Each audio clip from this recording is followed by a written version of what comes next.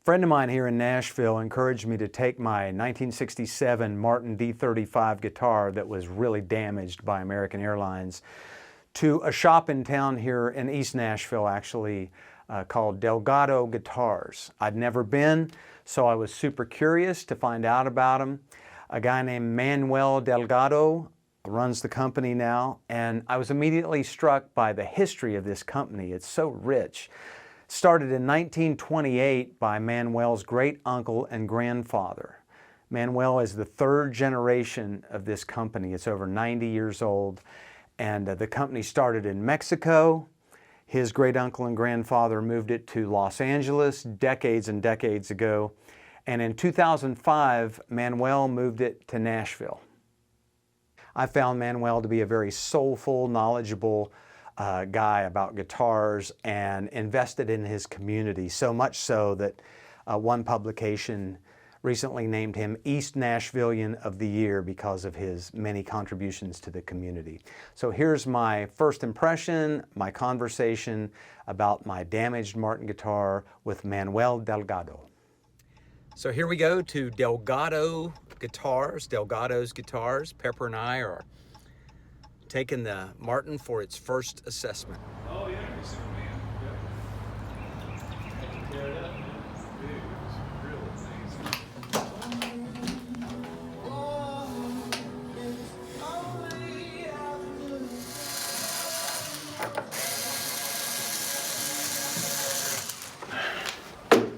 I'm not exactly sure. Oh my gosh.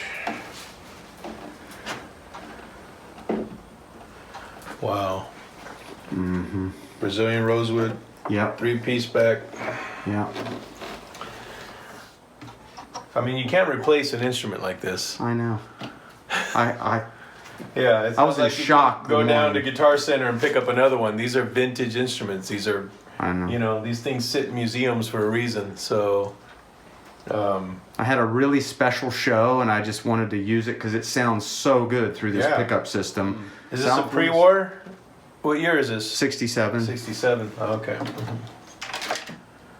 Yep. So I guess I'm looking for two amounts: what it's worth, you know, and what the repair would cost. I mean, I'd have to do some research on it, but you know, we're talking probably somewhere off the top of my head. I would imagine somewhere between 15 to 20 grand at least. Yeah.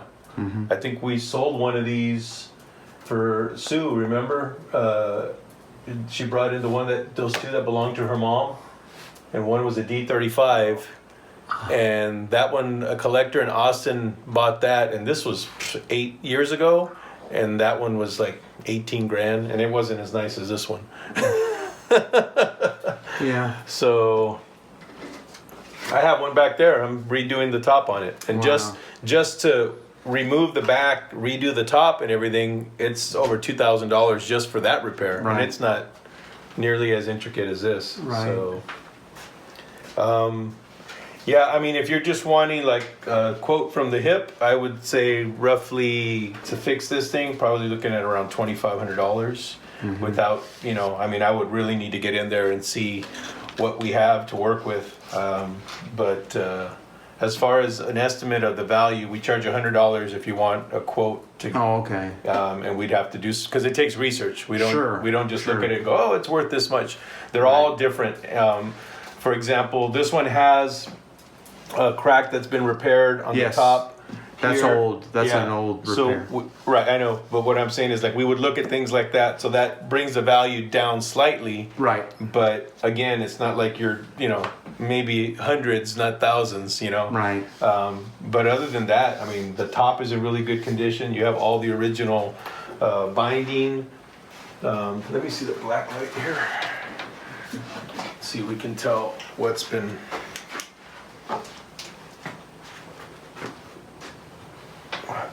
Yeah, looks like the neck's been worked on in the past. Mm-hmm.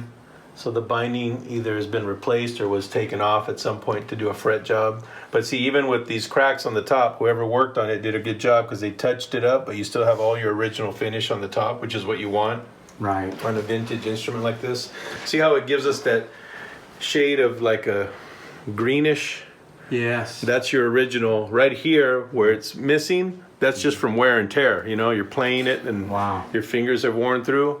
But when it's an instrument that's been redone or refinished, all of that would be gone. You wouldn't see any of that. It would look, it would look like right here where it's bare. You know, Yes. you wouldn't have any of that green under a black light. Right. This neck was reset at some point. Yep, that's probably when they did the fret job. That's all pretty standard. You know, that doesn't devalue it. They had to refret it, Right. which is what correct. we do when we do. Gosh, the neck is straight on this thing, and Yeah. Yeah, it's this is been a playing. nice guitar. I use it all the time. Yeah. And Brazilian rosewood is on the endangered species list. So when you travel with this instrument out of the country, you have to have documentation because they'll seize it. Oh, I Even- didn't know that. But I'm telling you that because that also means that to find, like if somebody ordered a Brazilian rosewood guitar from us today, the starting price, before we talk about inlays and pickups and custom this, we're starting at around 18, 20 grand without even figuring, you know, and that's a new instrument. Right. When you're talking about a vintage instrument like Wow. this. So yeah, again, you know, if you want to leave it with us, we could do some research and give you an idea of the actual value. It's like a blue book for guitars, basically. But on the repair, I think easily about $2,500 to fix it, Okay. and it would be noticeable, unfortunately. Right. Unless we completely sand it down, which you don't want to do on a vintage instrument. We want to repair the areas that are damaged, touch them up, Yes. because you don't want to lose any of that what I just showed you under this light. When you sand an instrument down and add new finish to it, you're adding moisture back into the wood. Ah, yes. So this instrument's been aging for over 60 years or close to 60 years. Yeah. And Right. you add moisture to it and it loses some of its tone, and it'll take years for that to come back. So you don't want to have to do that unless you absolutely have to. If it was a new guitar, we'd say, oh, let's sand it down, refinish it, no love lost, you know. Right. But on something like this, the reason that they sound so good is because not only the materials and how it's constructed, but the wood improves over time when it ages, and everything plays a factor in that, the finish, all of that. So And you're saying too that even with the repair, the value of it's going to go down. oh God, yes, yeah.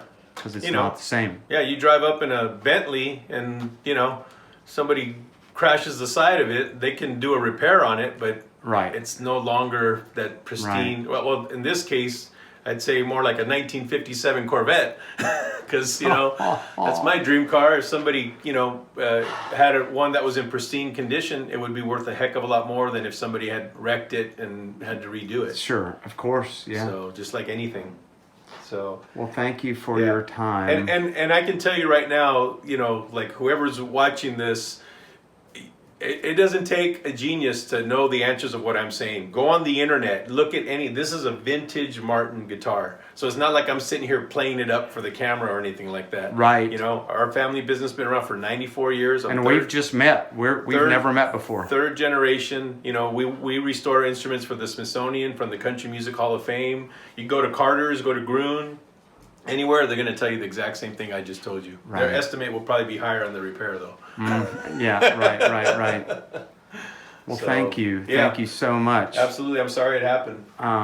Yeah, I literally was in shock.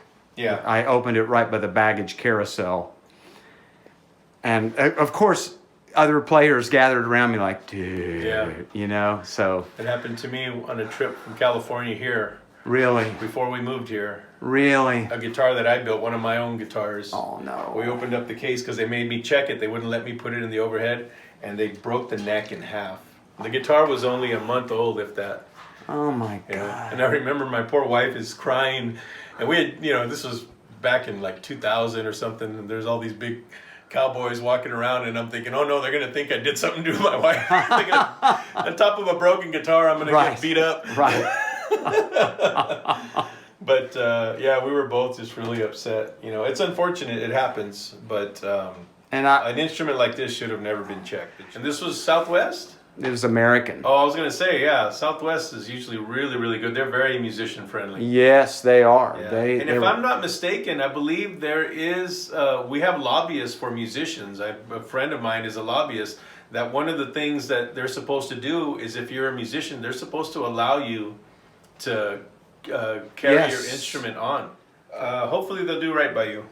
What would be your next step if I... So usually when we've dealt with this with airlines, and unfortunately it happens, not a lot, but it does, they usually will, a couple of things happen. Sometimes they want actual written up quote, or they'll send an inspector to come look at it here. So, but I don't know what their procedure is on something like this. By the way, I'm Lionel.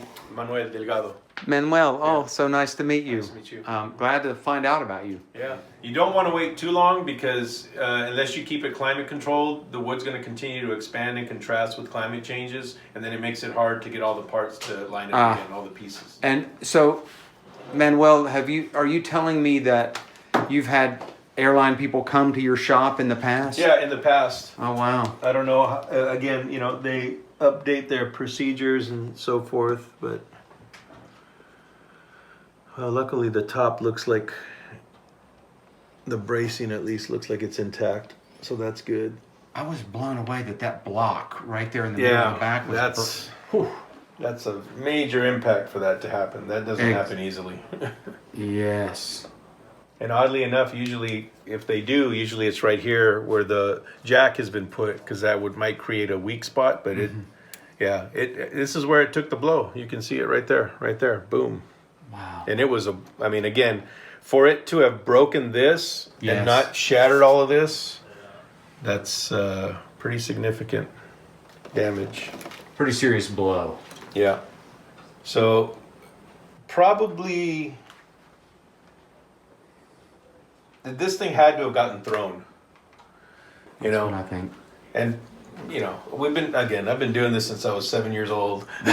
So, you know, and I'm not a young guy anymore. And you learn to see, if this had been weight, it would have folded and cracked more. And we've seen that where they stack so much stuff on top of something.